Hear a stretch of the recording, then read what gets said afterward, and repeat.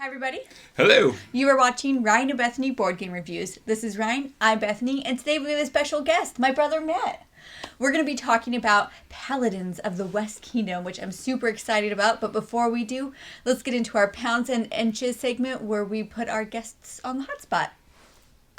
Okay, so for Pounds and Inches, recent health things has been basically nothing.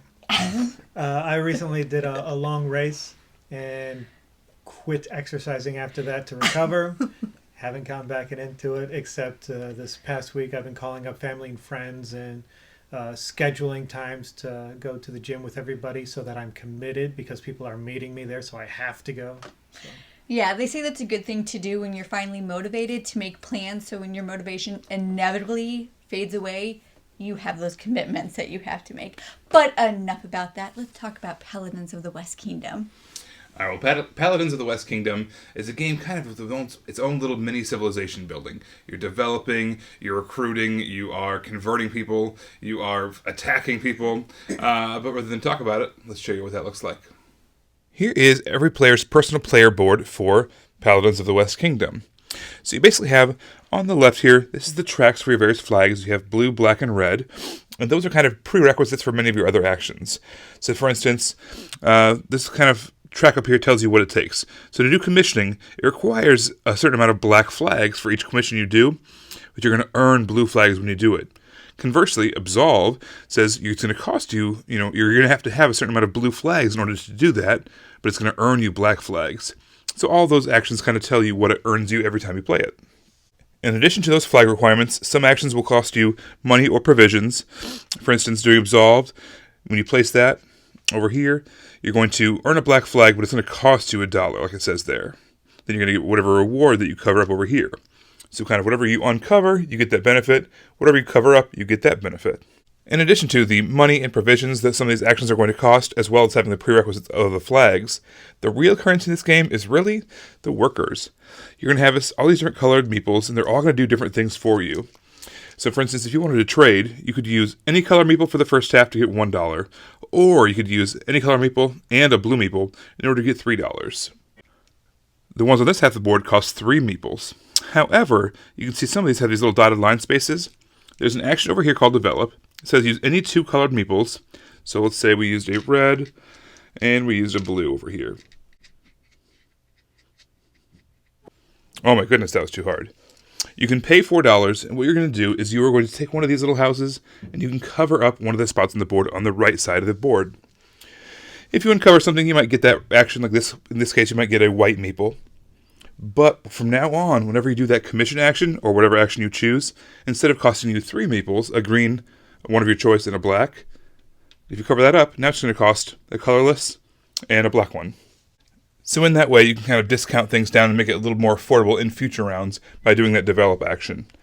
You can hunt, you can trade, you can conspire to upgrade people to a purple. Purple's kind of the wild color of meeples in this game. You could also do recruit, which is going to be some cards on the board, and then all the things over here, which I'll show you here in a moment on the main boards.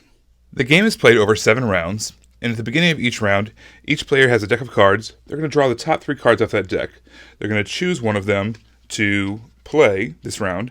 They're going to choose one of them to put on the top of the deck that might be selected next round. They're going to choose one that you put in the bottom of the deck, which you'll probably never see again. And it's going to go something like this. You're going to get those 2 meeples at the start of the round. Then there's also going to be kind of some fake flags here. So the flags themselves, you might earn something like that over the course of the game. But let's say you need something that has 3 blue flags, and you currently have 0. This card says you have 3 temporary blue flags. They're basically going to last the duration of this round. So you take whatever the card says, in addition to what your track says, and that's what you have to work with. Most of the cards also have some kind of other benefit at the bottom. This one says when you fortify, it does not cost any provisions. So the fortify action, usually you put those cards at the top of your board, and there's different provisions that cost. It's more and more expensive. When this is your active card that round, you do not have to pay those provisions. Here is the main board that we're all going to be working off of. So in addition to the 2 meeples that you got at the top of the action card that you selected, we're all going to get a chance to choose one of the cards down there as well. This will give you some additional meeples to work with. We're going to draft them, and there's also introduces the purple meeples, which we talked about as wild. So it's much stronger than everything else. So when you take one of those, you also take one of these cards right here. These are suspicion cards. It's going to have a dollar value of either 2, 1, or 0 money on it. And you can either take that money normally from the main supply, but when it has that kind of that reddish appearance to it, instead you take it from the tax supply, which is the money kind of at the top of the board there. So first of all, once that money runs out, whoever has the most of those purple cards, those suspicion cards, is going to get one of those debt cards right there. It's -3 points, basically. So, while getting a purple meeple can be very strong, and it might even get you some money if you're lucky, it's also going to cost you in debt tokens if you happen to be the one who has the most of those purple cards at the end of every Inquisition, aka when those monies run out there. The cards along the bottom right here, you can either convert them to your board by using black flags on the left side, or you can attack them with red flags on the right side. Those are the requirements that you're going to need in order to complete each victim. There's the fortification cards that you can earn. It's going to give you red flags when you build them, and also along with some other prizes. You might get some meeples or possibly some points as well. Anytime you see that yellow number there, that represents points. We also have townsfolk at the top of the left of the board here. If you can, recruit them to your city, you basically get that bottom action. It's kind of a stagnant ability every time. This one says, every time you convert someone, you take provision. Or every time you do an Inquisition and you have 0 of the purple cards, you get a red flag.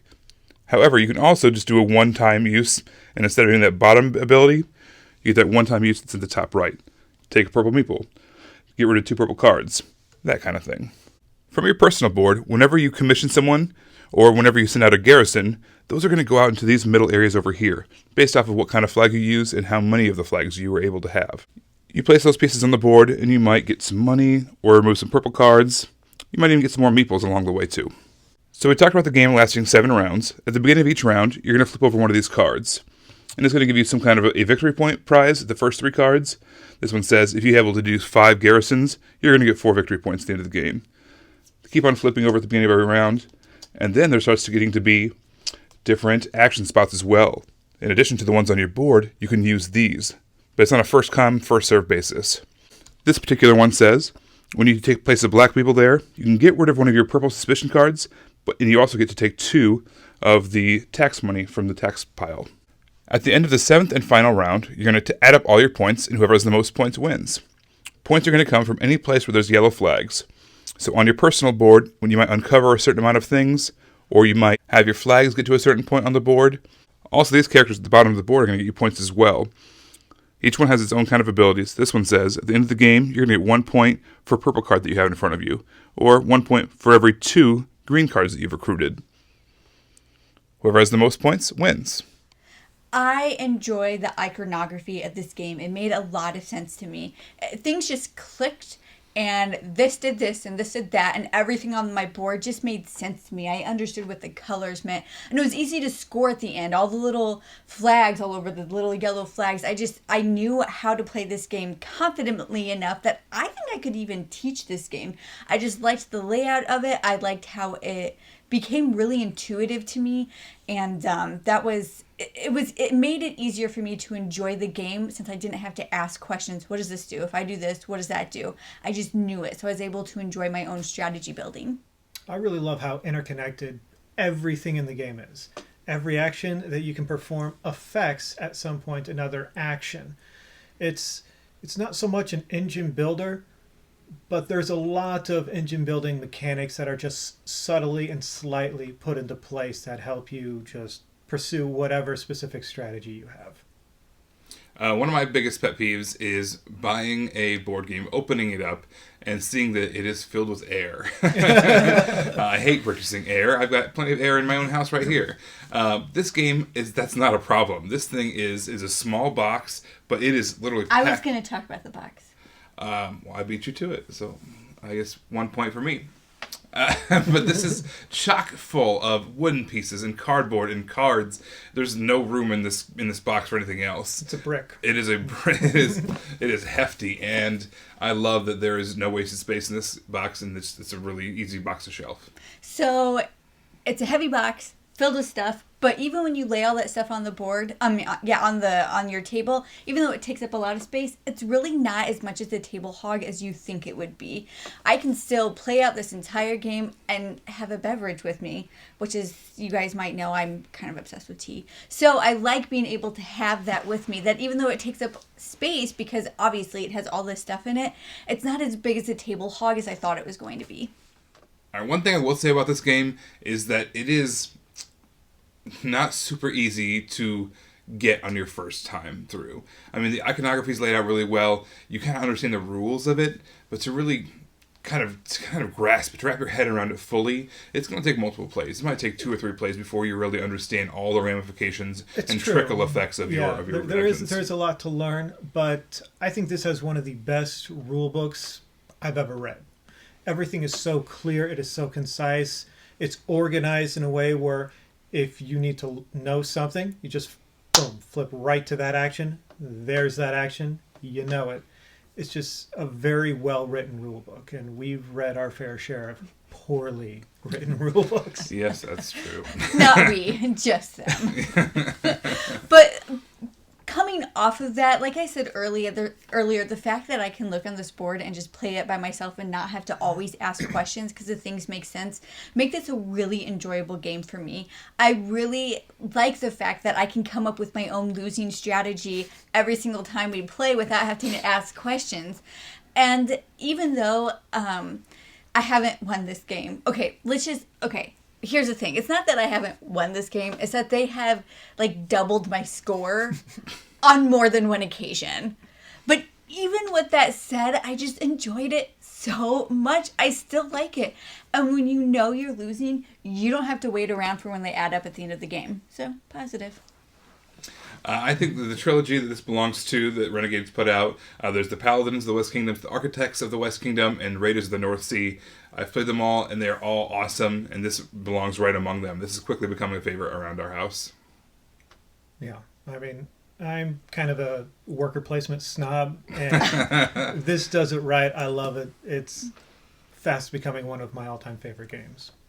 All right, well, that's our thoughts on Paladins of the West Kingdom. You want to make sure to subscribe to our channel because we're going to be having a giveaway coming out. So subscribe to our YouTube channel under Ryan and Bethany Board Game Reviews, or you can follow us on Facebook under Ryan and Bethany Board Game Reviews. If you want to see pictures of the games we're currently playing, follow us on Instagram under Ryan and Bethany. If you want to chat with us, follow us on Twitter under Ryan and Bethany 1.